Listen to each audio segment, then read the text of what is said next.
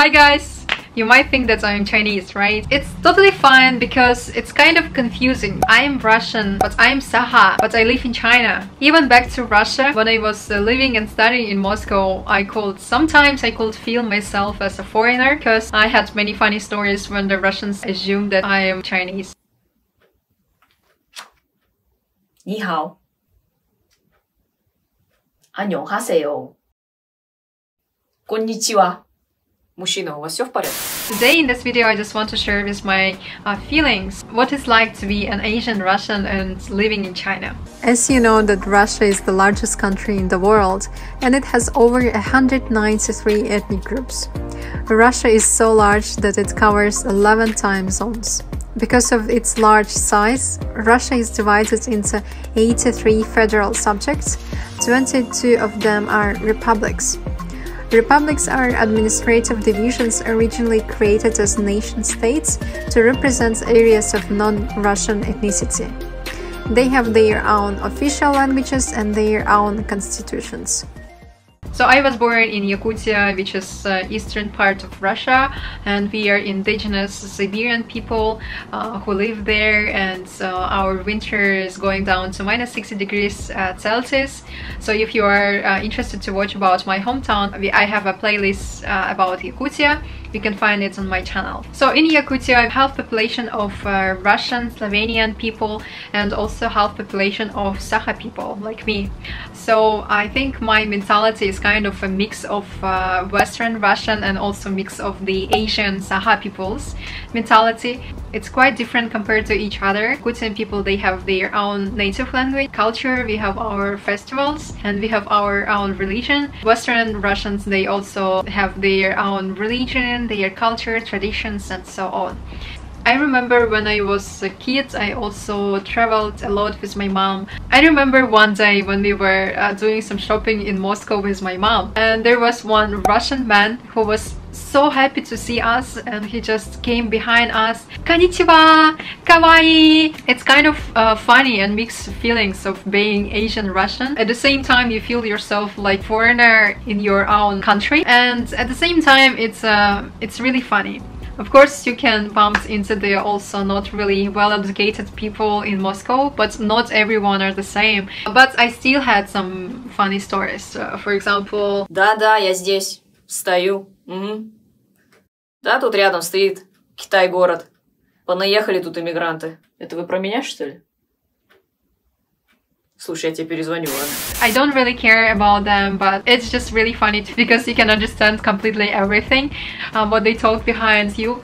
And also I had one really funny story when I was traveling with my friend to Dubai. She's also a Sakha girl, and we were just going down to the breakfast in our hotel, and we just were in one elevator with Russian father and also a son. They were Russians. So they start talking about us behind us. They assume that we are Chinese. The father told to the son, "Oh, see? These Chinese girls, they probably already want you." What? It was really awkward and really funny at the same time. I always introduce myself as a Siberian or Sakha because many people always confused why I am Russian and I don't have a blondie hair, especially here in China. So let's talk about China. So when I moved to China, I think everything became much more complicated, because when I introduced myself as a Russian to the Chinese person who was really confident that I am Chinese and started talk with me in Chinese and then replied to him in Chinese that I am Russian, their mind is just blowing.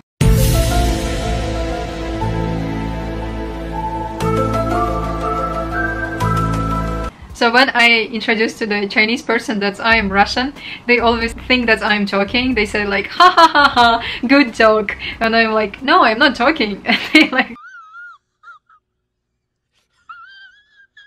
So when I am just trying to explain about my background, about Russia, that Russia is not only blondie hair and the blue eyes, I think they just can't accept it. Maybe they just feel really disappointed, I don't know, they probably want to see some blondie hair Russian girl. No! God, please, no! No! When I'm trying to explain about my hometown, they just don't believe. They think that my parents are actually Chinese who just moved to China a long time ago. Even those people who say like, okay, I believe you that you are from Russia, but then they start explaining me the history. 对，俄罗斯那边呢，以前就是属于中国的地方，给到现在还在俄罗斯管。中国的地方在哪？那就属于那个地方的。不是，他在。I spent a lot of time trying to explain that I'm Russian. Sometimes when I don't have time or when I'm just really tired, I can just say like, yeah, I'm Korean or I'm Japanese or I'm Mongolian or something, and then they accept it. They accept this fact, but they don't accept that I'm Russian. So this is really funny. But when I live here in China, I have a feeling that I feel myself more comfortable here because Chinese people are Asian and I'm also Asian and I look same with everyone.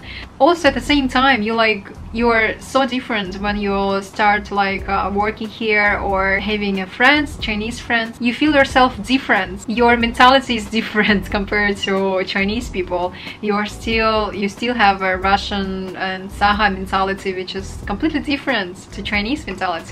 So it's also confusing.